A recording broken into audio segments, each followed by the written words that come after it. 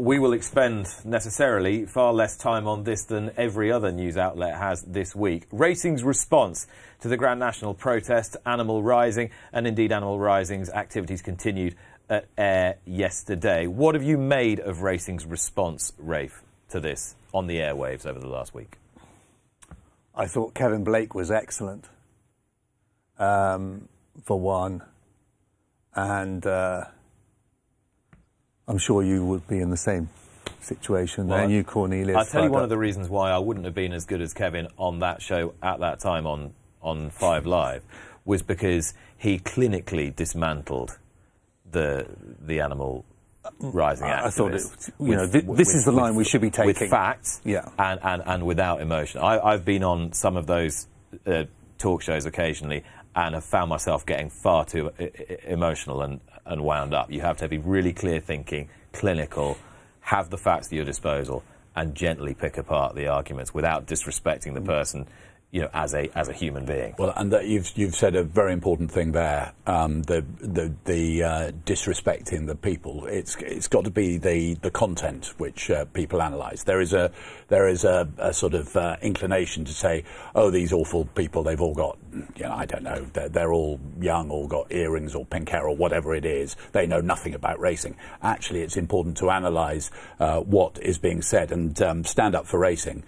Kevin has been absolutely outstanding. I thought was striking what he was speaking about on 5 Live, and I think Richard Hoyles on LBC Radio, was to take to talk more about the fact that these horses are bred to do this, because racing is inclined to say we take care of these horses. We friends who watch the Grand National coverage were inclined to say, gosh, a lot of people go on all the time about how much you care and how brilliant you are at caring for them. It's almost as though you're overdoing that. Too much, but these horses are bred to do what they do, and that is something that is well worth emphasising.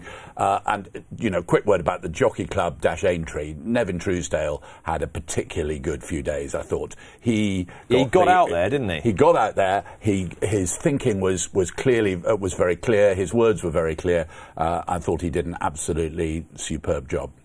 Interestingly, on this programme in 2019, after Cheltenham, I think it was, the then BHA Chief Executive, Nick Rust, introduced a lot of themes that were sort of dismissed, really, by the industry at the time, some of which now, Rafe, are coming back quite readily this week in terms of just the overall feeling toward the working animal, towards the farm animal. It's no longer good enough for us to say, well, you don't approve of the working animal or the farm animal. It's no longer good enough, that argument. No. There is a shift. There is a cultural shift. There is. I go back to what Kevin said, the 50,000 horses, what are you going to do with them? And how are you going to find employment for all those people?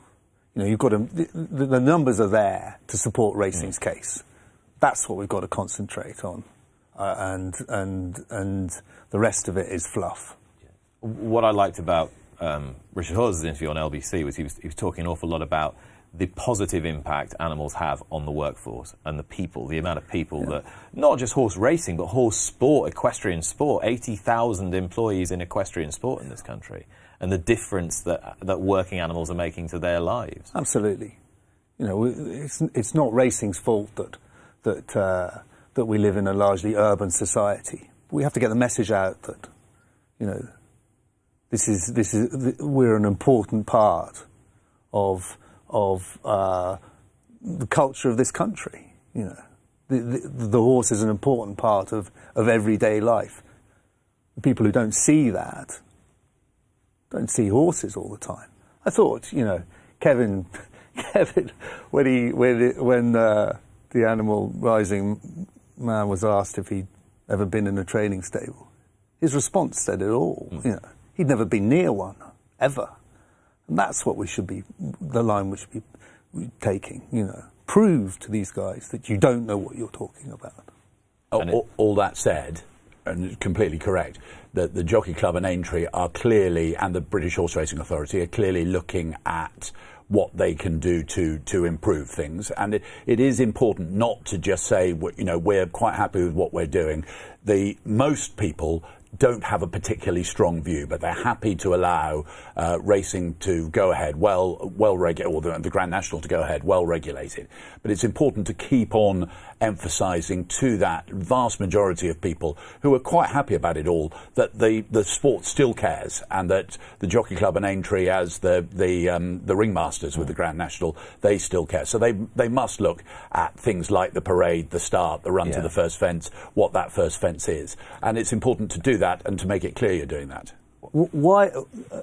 John Franklin made this point years and years ago, and there must be an answer to this question. Why is the start so far away from the first? It's already been moved closer to the first once, hasn't it? Yeah. But it's still a long run, though, isn't it? It is still a long run. Some sort of stopwatches. I heard Chester Williams talking this week that it was noticeable how much longer it takes to run from the start to the first fence in the National, as opposed to the Fox Hunters race and the Topham on the same and course. Simon Rowlands has done some very important work timing how long it took the runners to get from the start to the first, and he said over the last couple of years there's been a significant increase in the speed with which jockeys are going from the start to the first, showing that they're effectively ignoring those briefings that they're getting at the beginning of the day. They must bear some responsibility, I think, mustn't they? I think it's very simple. You just move the start. If there's no reason that you can't move the start the other side of the Marmite course, and they've got 15 strides to get there, they won't go as fast. And the number of runners is the other thing I missed out. That's clearly something else that will be analysed, whether 40 is the correct number. I thought Chuck Hannon said something interesting this week. What about making the first fence sort of a normal fence, which would then mean what, the 16th fence? It's a everyone's sort of why do you sigh quite like that? Because then are you not then surprising the horse at the I don't know. Yeah. I don't. But everything. The practice jump I didn't think was a terrible one, like France. We've never done that, have we? No. Never been done in Ireland either? Don't think so. Not intentionally, anyway. Let's Those move of us on. remember a horse called Spinning Saint from the 1980s that ran in one of the early races on Grand National Day. And Norman Babbage, who rode it for his family, riding the horse, and they went over onto the far side of the track. Spinning Saint had different ideas. He quite fancied the first fence, and he went off down the there. Grand National fence. Well, he certainly went charging towards it. Yeah, magnificent, brilliant horse that Spinning Saint as well. Wonderful horse. The Robin Brisland case this week. Robin Brisland is a trainer who trains at Danebury Stables in Hampshire. He was fined £8,000 by an independent tribunal, the British Horse Racing Authority, and the senior member of staff, William Degnan, was fined £3,000. They accepted charges brought before them relating to the treatment of quite a few of their staff, most notably young female employees who had a pretty wretched time under Brisland's employ, Cornelius. Felt afraid, intimidated and belittled were the three words describing it. There is much debate over the penalties. There was, I don't know if the technical term is plea bargain, is it? It was a plea acceptance. Yeah, plea acceptance. So an acceptance of infringement of the rules, so that the fine of 8,000 and 3,000, as you say. There will be debate about the rights and wrongs of whether that was enough, whether there should have been a ban, etc., etc. Put that to one side for a second. And the details of this were quite pretty shocking. The language was bad enough, but even worse is the fact that people were injured and then expected to ride on. People were injured and not given the opportunity to go to hospital. It sounded Dickensian. And at a time when, and Rafe will confirm this more than anyone in the studio, when it's hard enough to get staff, any person thinking they might go and work in a racing stable to read something like this, any parent or family of somebody thinking of going to a racing stable, you'd slightly make them think twice, wouldn't you? It is the worst possible situation for racing, which we all know is not living in a bygone age, but it finds it very hard to shake off that caricature, and this only adds to that. Is it obvious to you where the line is as an employer? Yeah. And what your responsibilities are? Yeah. Obviously, there's nothing good about this. What I'm astonished about is that the two girls in question kept showing up to work. it's amazing that they carried on apart from anything else. You know, the girl who was injured. You know, just I wouldn't dream of asking. You know, if the evidence obviously is correct because they admitted guilt to it, but I just wouldn't dream of putting somebody on a horse that they'd already had a bad time on. Just goes against anything that makes any sense, apart from anything else, quite apart from the way they were treated. I thought it was just astonishing. I couldn't process it, really. Isn't it crucial now that clearly the licence hasn't been suspended because presumably they want to make sure that the workforce and the business is running, so the licence hasn't been suspended, fines are there, and you can debate whether the penalty is serious enough or not, and I think most people think it's not serious enough, but do the BHA not now have a responsibility to reassure the rest of the sport and those outside that this is a stable that will be closely monitored?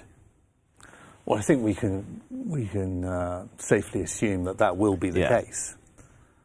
We can safely assume, but you shouldn't assume that everybody else should assume. Yeah.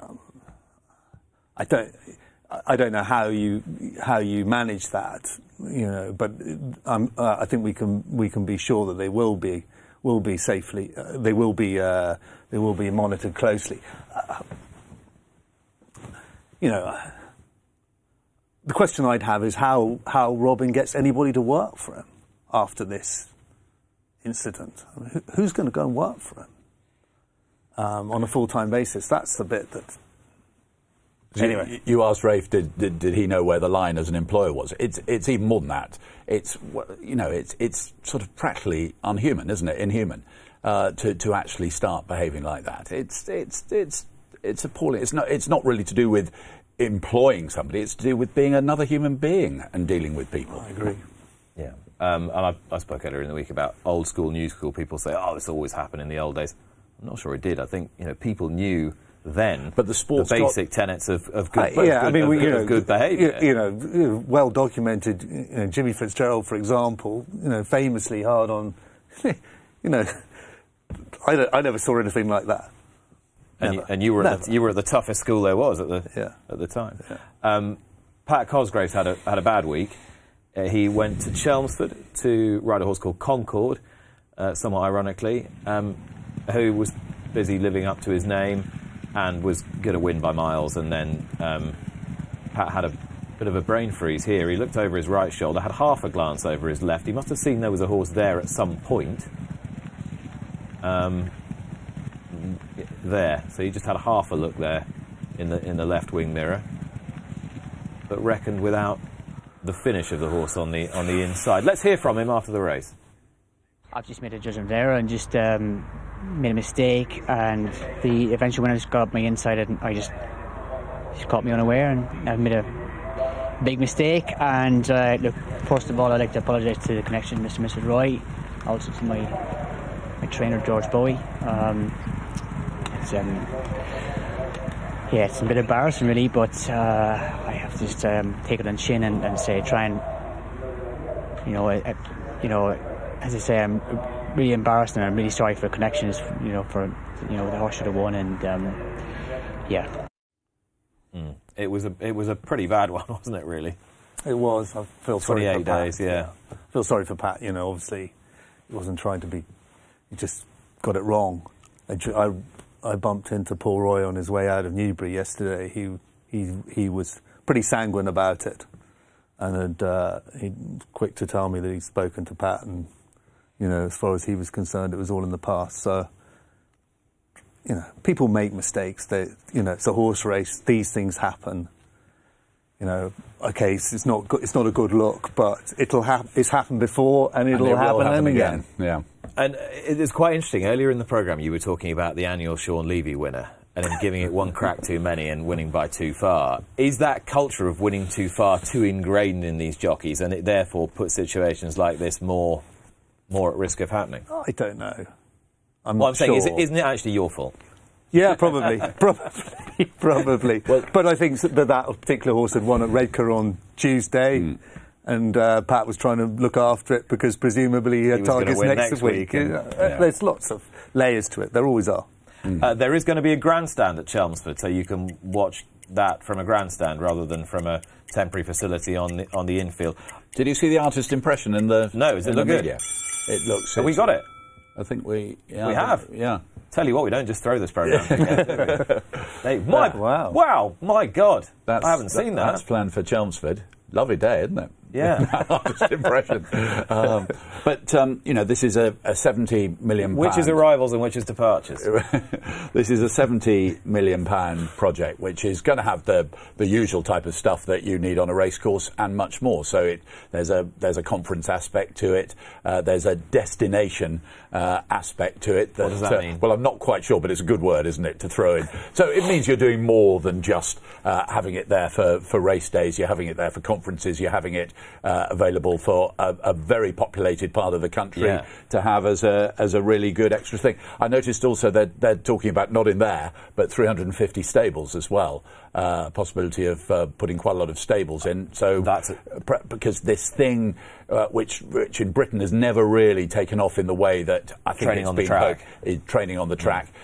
If somebody would get behind that particular thought, there's been talk of it and it's happened at Southwell and at Wolverhampton, I think. But if somebody would get really behind it and really push that hard, that could be a massive boost for British racing. And we were talking about spreading the. I'm sensing you're not necessarily on the same page here. Never happened, Cornelius. Oh, well, that's different to you wouldn't like it to happen. No, exactly, completely. Why will it never happen? Because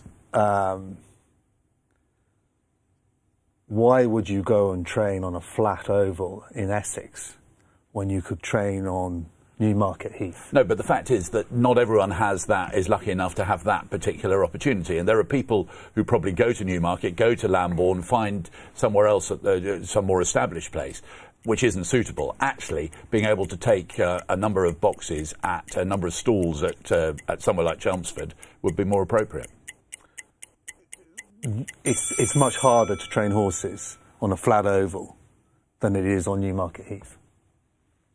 Why?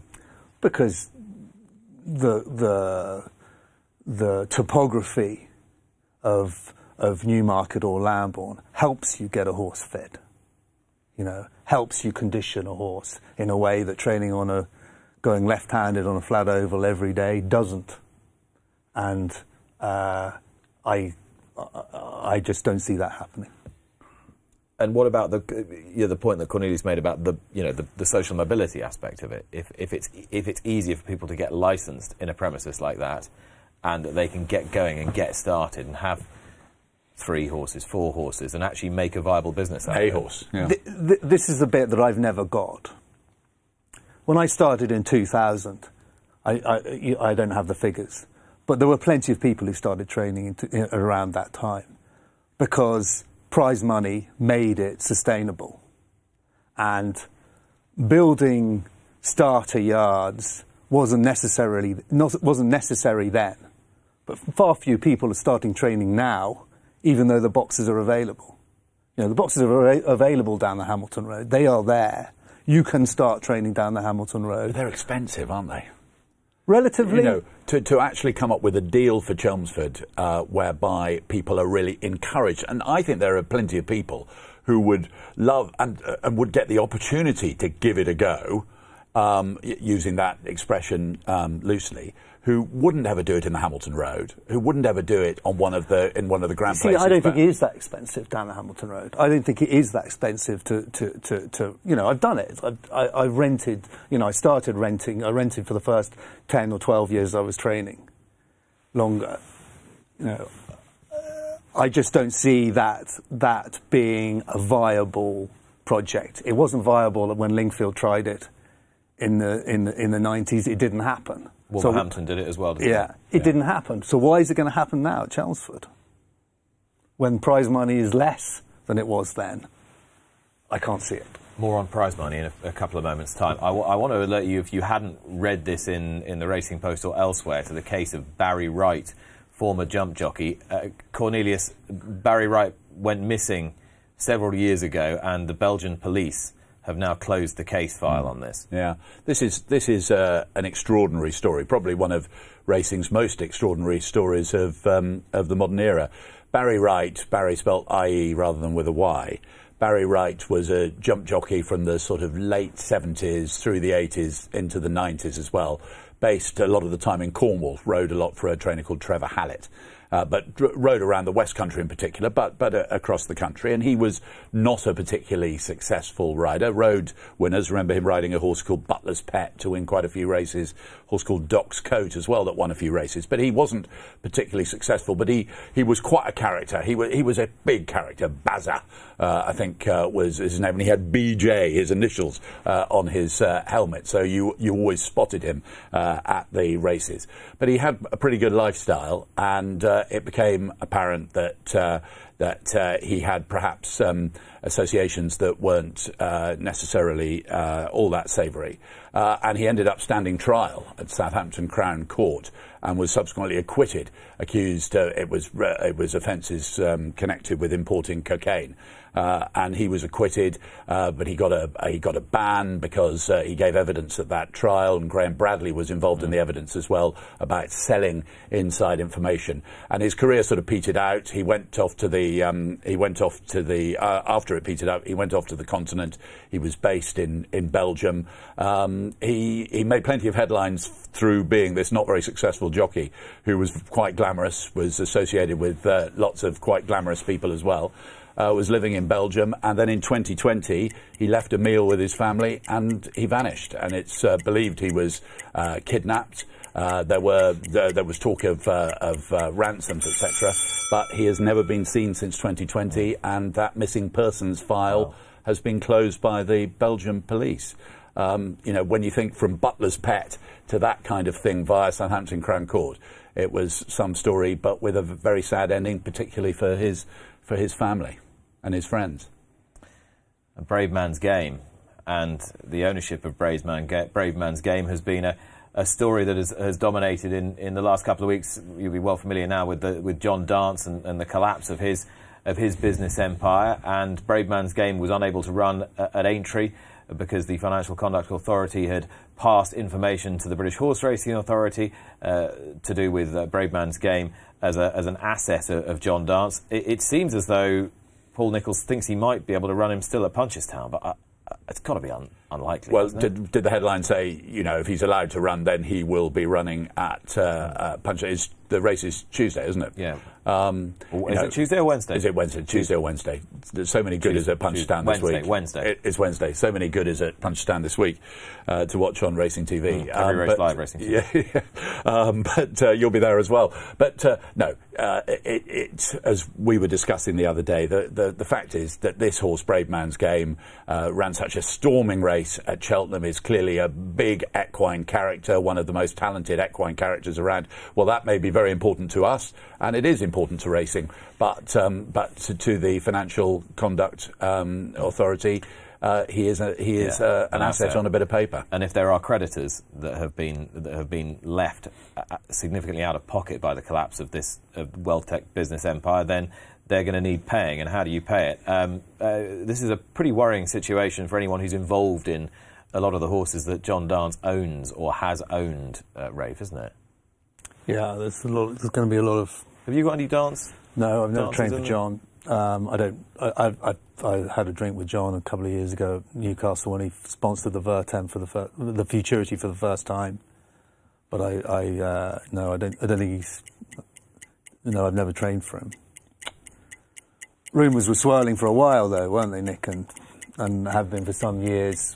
Training debts and so on. So it's not a surprise, but unfortunate on every level, and needs to be carefully managed, obviously, by the BHA in terms of horse welfare and what goes on, people welfare, whether everybody gets paid, the people who are looking after the horses, and etc., etc. It's like an octopus, isn't it? It is going to touch, potentially going to touch so many different parts, whether it's horses, whether it's staff, whether it's sponsorship of racecourses, and on and on and on, and all the ancillary services as well. It's a big old story. But as far as the FCA is concerned, it's got a job to do, and I don't imagine it cares too much about Grade 1 chases at Punchestown live on Racing TV this week. No, indeed not. We will still see Galopin des Champs en Voile, and even if we don't see Braemer's Game every race live here on Racing TV from Punchestown. The white paper is imminent. We think Thursday for the white paper. 7 a.m.